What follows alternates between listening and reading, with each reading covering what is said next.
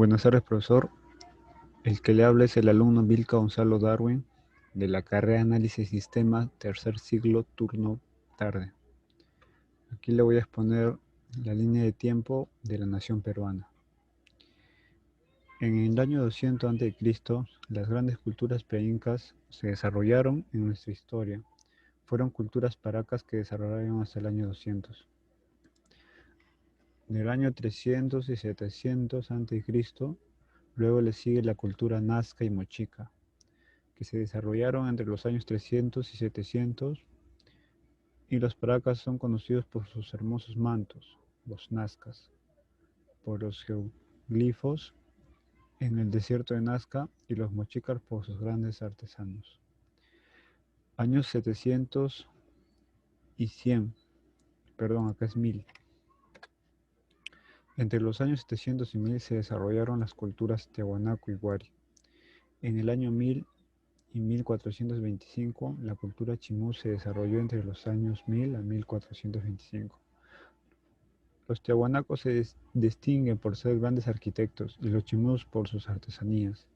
En el año 1100 y 1532, una de las culturas más importantes fue la cultura inca, que se originó aproximadamente entre el año 1100 y tuvo su final en el año 1532, con la llegada de los españoles al mando de Francisco Pizarro.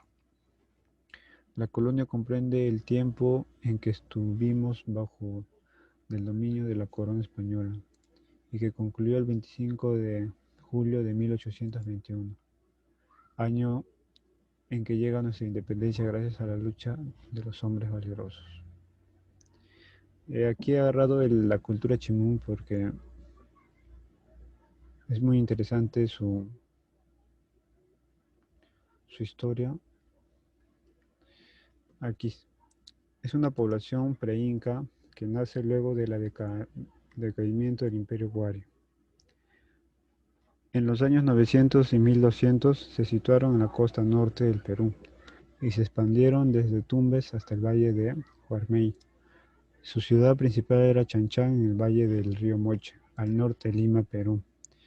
Esta cultura especialmente destacó por sus avances en el plano urbanístico, así como el desarrollo de diversas técnicas para trabajar, por ejemplo, los metales, o también en la agricultura, también en la ganadería o textilería.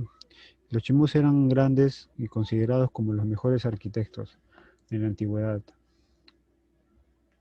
Es una cultura pre-inca, construyeron palacios como fortalezas de Paramonga, Huaca Esmeralda y Huaca Dragón. Creían en la luna como un dios supremo, su organización social era clasista, poseían conocimientos avanzados en construcción, trabajaban los metales preciosos y dominaban técnicas del soldado, decoración, fundición y martilleo. Desarrollaron la agricultura y la ganadería y los textiles.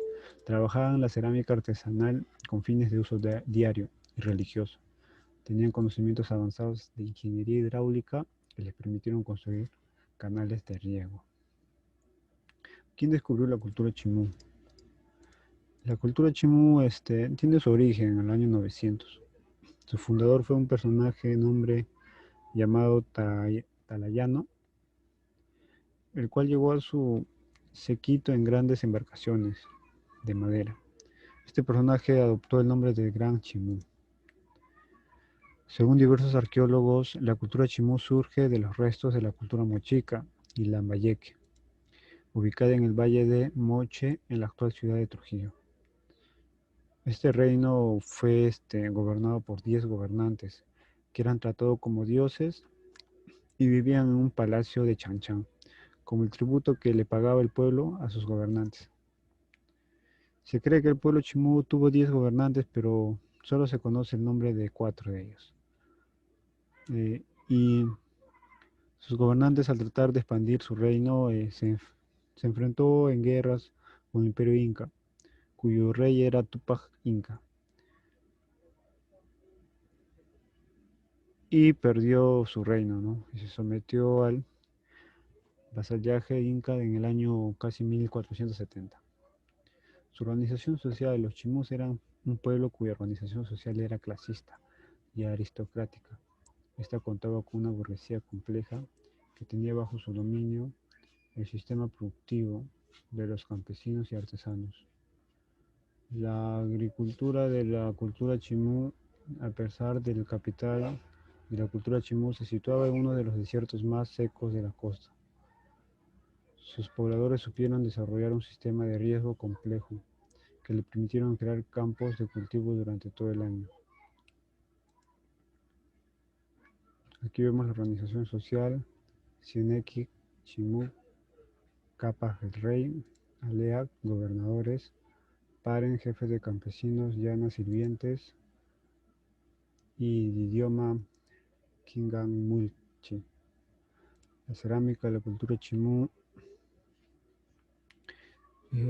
Los chimú fueron muy hábiles con las cerámicas, ya que esta cumplía con dos funciones principales: el uso diario y también el religioso.